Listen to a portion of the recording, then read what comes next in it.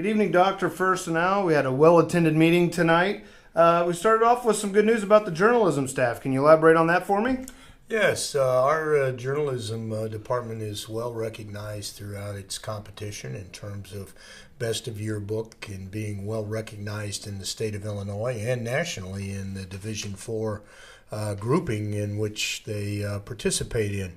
But Mr. Steve Steele and his journalism staff year in and year out continue to deliver a very quality newspaper and yearbook, which we are very proud of. Moving on to new business, and I'm guessing why the majority of people were here was for a consideration of the 2017-2018 budget reductions. From the mindset of the committee, where were they coming at with where they got their information and the conclusions that they came to? Well, the Finance Committee had a meeting on Monday of last week, and they really took a look at the budget items and had a conversation with the administration and asked them to put them in a line item rankings or dollar costs associated with the things that were identified in that committee meeting. And those were presented this evening. The board wanted a two-phase plan. They wanted the 2017-18 school year and then the school year of 18-19 reflected within the budget cuts. And ultimately that was what was approved this evening, was the two-year plan. With regards to that two-year plan, over 17-18, the lion's share being that first year, over $1 million in cuts, and additionally $165,000 being for fiscal year for 18 and 19. What effects does the state of Illinois not paying, how much did that weigh on those decisions for these first 2 years? Well, ultimately, the majority of this falls on the state of Illinois as to where the district is in its situation that it is. The district has not received one categorical payment for fiscal year 17 and has only received a portion of its preschool monies that had been appropriated as part of the K-12 budget. That creates a real problem or a real concern that's over $2 million, roughly around $2.1 million, that the district hasn't received as of yet. But bigger yet, the preschool grant, which the district has not even been able to apply yet for a competitive preschool grant because the state hasn't released the RFP yet. We had originally hoped that that RFP would be available in October. Here we are at the end of February. We have to make staffing decisions now in terms of the next year. And we feel that we can't continue with the preschool program until we at least have been acknowledged in the RFP process. So the state's not doing their job, and we've known that for years, and the federal government makes up only about 8% of the budget, which leaves nearly half, or 46%, on us locally.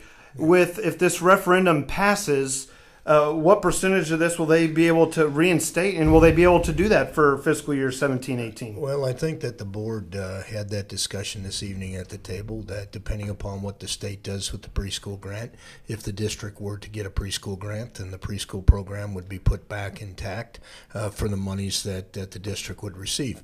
But in terms of the other cuts, the board then would work its way through if the referendum passes and would make decisions on putting things back in for 16-17. And of course, then a lot of that would have an impact as well on 18-19 in terms of what would be put back into the educational program.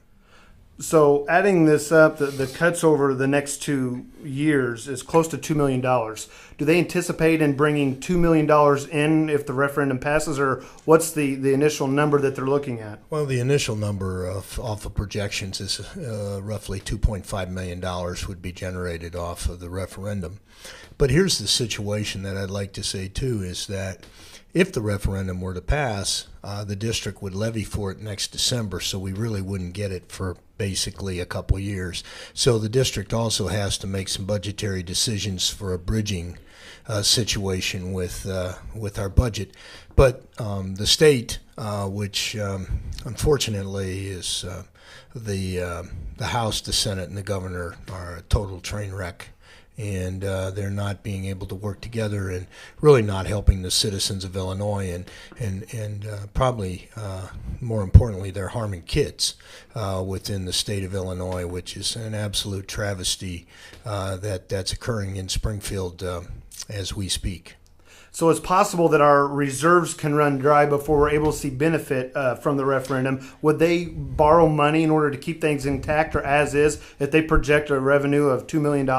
We've projected this out, and we would not have to do that by making business decisions that we've been able to do in the past. We feel we have the reserves to carry us until the referendum funds would come forward. So that's good news. So at the end of the day, it's now on us to get this passed, to see some of these activity from teachers to retirements to the extracurriculars. It's on us now to see these through, to get this passed, that things can continue here. Well, as I indicated in my opening remarks this evening, the district has gone as far as it can go. We have demonstrated we can live within our means, and if we have to live within our means, I think people see what the educational program will look like for the students in the Taylorville School District. But you know, we've traveled a long roller coaster ride, and we've reached this point, and due to the lack of our partner, the state's commitment, we have no other place to turn but to our local people, and this is a time where the district could use a little help. Thank you.